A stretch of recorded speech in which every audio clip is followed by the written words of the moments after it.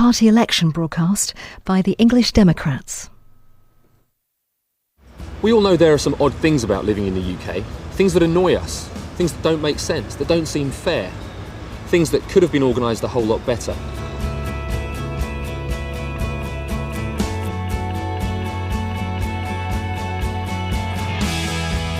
Our railways are in desperate need of updating, we all know that. We need them to move goods around, to get to work, to get the economy going. But our European taxes keep going to build railways elsewhere. Anywhere in fact but here, where we need them, where England needs them.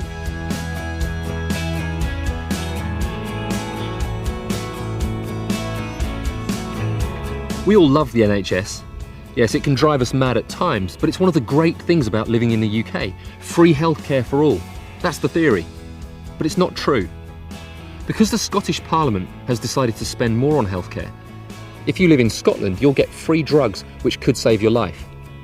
But if you live in England, you'll have to pay for them.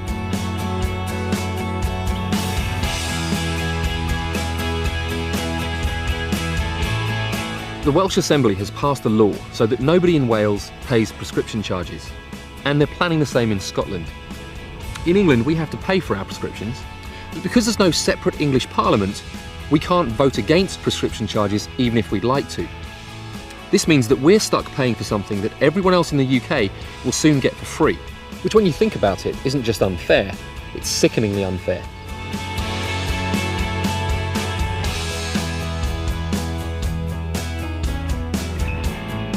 It's a difficult subject, immigration, especially in England where we've always welcomed people, accepted them, valued their skills. And it would be a tragedy if that very English sense of fair play and looking after the underdog ever got lost. But it's about fair play, not free-for-all. And everybody accepts that there are some people who shouldn't be here at all, people who haven't played by the rules, and the rules say they should leave.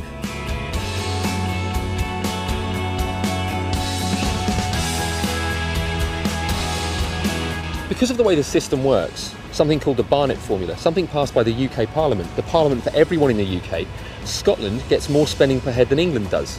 Now, nobody could object to school children in Scotland being fed properly, but perhaps, just perhaps, it would be fair if English school kids got the same deal. It's another of those crazy things that happen because there's a Parliament for Scotland and assemblies for Northern Ireland and Wales, but no Parliament for England, nothing at all. And because there's no one to speak up for England, England gets a raw deal.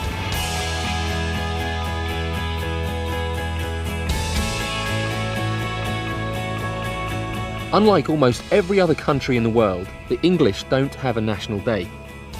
A holiday when everyone who lives in England can celebrate what it means to live here. And it's not as though we have more holiday than everyone else. In fact, we have less. And it's not as though we don't have anything to celebrate. I reckon the English are every bit as proud of being English and of England as the French are of being French or the Italians are of being Italian. Why on earth are we so afraid to say so? And the British political establishment, on the left and on the right, just throw up their hands and say, that's the way it is, or you don't understand how complex it is. Well, in the English Democrats Party, we don't think it's that complicated, and we don't think it needs to be that way. And we think it's about time someone fixed it. And we can. Give us the chance, and we will. We need an English Parliament and government for England now, so that every English citizen, of whatever creed, whatever religion, and whatever birthplace is properly represented, has their concerns listened to and their rights defended. Because the British establishment, Westminster and the British government fail to do so, and they fail every English citizen as a result.